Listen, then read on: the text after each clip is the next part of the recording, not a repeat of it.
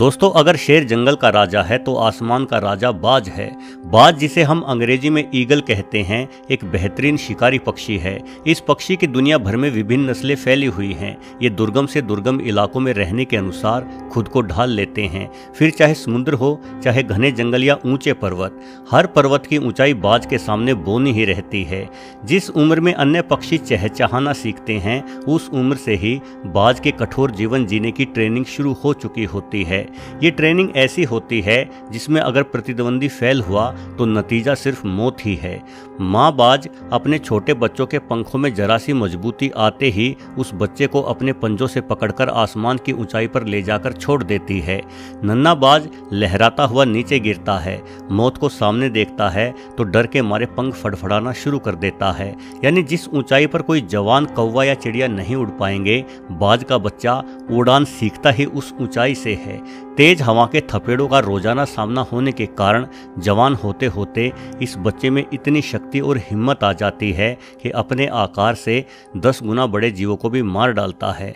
बाज की पाए जाने वाली विभिन्न नस्लों में से कुछ नस्ल के बाज अधिकतर 70 साल तक जीवित रह सकते हैं, किंतु इस उम्र तक पहुंचने से पहले ये एक बेहद खतरनाक पड़ाव से गुजरते हैं। आपने देखा होगा कि बाज की चोंच आगे से मुड़ी हुई होती है। 40 साल की आयु तक पहुंचते पहुंचते ये चोंच इतनी अधिक मुड़ चुकी होती है कि बाज इस चोंच से शिकार नहीं कर पाता। साथ ही बीती उम्र के साथ बाज के पंख इतने भारी हो जाते हैं कि बाज को उड़ने में भी बेहद मुश्किल आने लगती है। उम्र के इस अनोखे पड़ाव पर शिकार ना कर पाने के कारण बाज के मरने के हालात आ जाते हैं, किंतु आसमान के इस राजा ने हार मानना नहीं सीखा। बाज अपनी चोंच को पत्थरों पर पटकने लगता है। इस क्रिया में इसे भयंकर पीड़ा होती है, किंतु ये हर पीड़ा को सहते हुए बिना किसी शिकायत के लहूलुहान होकर अपनी चोंच के अगले हिस्से को तोड़ डालता है।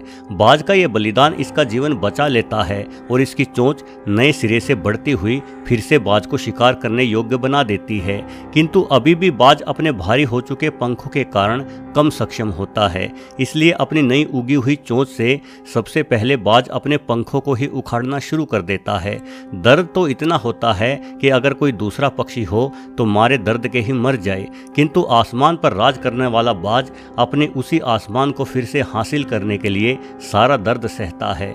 बाज को अपने इस बलिदान और तपस्या का फल मिलता है और अगले कुछ महीनों में इसके नए और बेहतर पंख उगाते हैं, जिनके दम पर यह बाज एक बार फिर से आसमान की ऊंचाई हासिल करता है। दोस्तों, अधिकतर पक्षी मौसम के आधार पर एक स्थान से दूसरे स्थान पर पलायन करते हैं। अधिक ठंड होने की स्थिति में पक्षी कम ठंडे इलाकों में पहुंच जाते हैं। ऐसा करते समय ये हजारों किलोमीटर की यात्रा करते हुए एक देश से दूसरे देश तक जा पहुंचते हैं, किंतु बाज ऐसा नहीं करता। ये किसी भी मौसम और किसी भी परिस्थिति को झेलने की काबिलियत रखता है। इसलिए यदि भोजन की उपलब्धता बनी रहे तो बाज जीवन भर एक ही स्थान पर रह सकते हैं। नर और मादा बाज मिलकर एक बड़ा घोंसला बनाते हैं। कई बार बाजों के 6 फीट लंबे घोंसलों को भी देखा गया है, यानी इन घोंसलों में एक इंसान भी समा सकता है। मादा 2 से 3 अंडे देती है। लगभग 30 से 35 दिनों तक अंडों को सेने के बाद इन अंडों में से चूजे निकल आते हैं। इस दौरान नर बाज भी लगातार मादा के साथ रहता है और मादा और बच्चों की सुरक्षा एवं खाने का पूरा इंतजाम करता है। लगातार खाना जुटाने की मेहनत करने के इस मुश्किल सफर में नर बाज का वजन मादा की तुलना में कोई 30% कम हो जाता है। वैसे बाज की अधिकतर प्रजातियों में मादा बाज नर की तुलना में 20% अधिक बड़ी तो होती ही है। मांस के रूप में एक बेहतर प्रोटीन युक्त भोजन मिलने के कारण बाज के नन्हे बच्चे बेहद तेजी से वृद्धि करते हैं। जन्म के कोई 1.5 महीने बाद ये बच्चे ताकतवर और उड़ान भरने के काबिल होने लगते हैं। बाज की अनूठी खूबियों में से एक खूबी है इसकी तेज नज़र। वैसे तो अधिकतर पक्षियों की नज़रें बेहद तेज होती हैं, किंतु बाज का इस मामले में कोई सानी नहीं है। ये आसमान की ऊंचाइयों से भी घास में रेंगते एक चूहे तक को देख सकता है। साथ ही बाज एक ही बार में 2 अलग अलग वस्तुओं पर अपनी आंखों को फोकस कर सकता है। आपने महसूस किया होगा कि किसी कैमरे की ही भांति जब आप नज़दीक की वस्तु पर फोकस करते हैं तो दूर की वस्तुएं आपको धुंधली दिखाई पड़ती हैं। वहीं जब आप दूर की वस्तु पर फोकस करोगे तो नज़दीक की वस्तु धुंधली हो जाएगी। किंतु एक बाज एक ही साथ अपने नज़दीक भी और दूर भी बिल्कुल साफ साफ देख सकता है। यानी देखने के मामले में यह हम इंसानों से तो बहुत आगे है। फिलीपींस और आसपास के द्वीपों पर पाया जाने वाला फिलिपाइन ईगल दुनिया भर में पाई जाने वाली बाजों की 60 से अधिक प्रजातियों में सबसे बड़ा है। एक पंख से दूसरे पंख तक इनका फैलाव 7 फीट तक हो जाता है। फिलीपींस में इस बाज को बंदर मार बाज कहा जाता है, क्योंकि ये बाज मुख्यतः बंदरों का ही शिकार करता है। 5 से 7 किलो भारी ये बाज 20 किलो से भी अधिक भारी बंदर को एक ही वार में मार डालता है। ये अपनी मजबूत टांगों और इंसानी उंगली जितने लंबे पंजों से बंदर के ऊपर इतना तेज वार करता है कि बंदर की खोपड़ी तक टूट जाती है। ये बाज बड़ी ही आसानी से एक इंसानी बच्चे को भी उठाकर ले जा सकता है। बंदरों के अलावा ये शिकार करने वाली और मांस खाने वाली जंगली बिल्लियों तक को अपनी खुराक में शामिल करता है। हालांकि जंगली क्षेत्रों के लगातार सिकुड़ने के कारण आज फिलिपाइन ईगल पर लुप्त होने का भयंकर खतरा मंडरा रहा है। एक सर्वे के मुताबिक वर्तमान में मात्र 700 से 800 की संख्या में ही फिलिपाइन ईगल बचे हुए हैं। वहीं गोल्डन ईगल और बाल्ड ईगल बाजों की अन्य 2 बड़ी उपप्रजातियां हैं। हिंदी में बाल्ड शब्द का अर्थ होता है गंजा, किंतु बाल्ड ईगल का सर बालों रहित नहीं होता, बल्कि इसे ये नाम अपने सर के सफेद बालों के कारण मिला है। इस बाज को सी ईगल यानी समुद्री बाज के नाम से भी जाना जाता है, क्योंकि अपने आहार के लिए यह मुख्यतः समुद्री जीवों और मछलियों का ही शिकार करता है। कभी कभार ये छोटे मगरमच्छों और छोटी शार्कों तक को मार डालता है।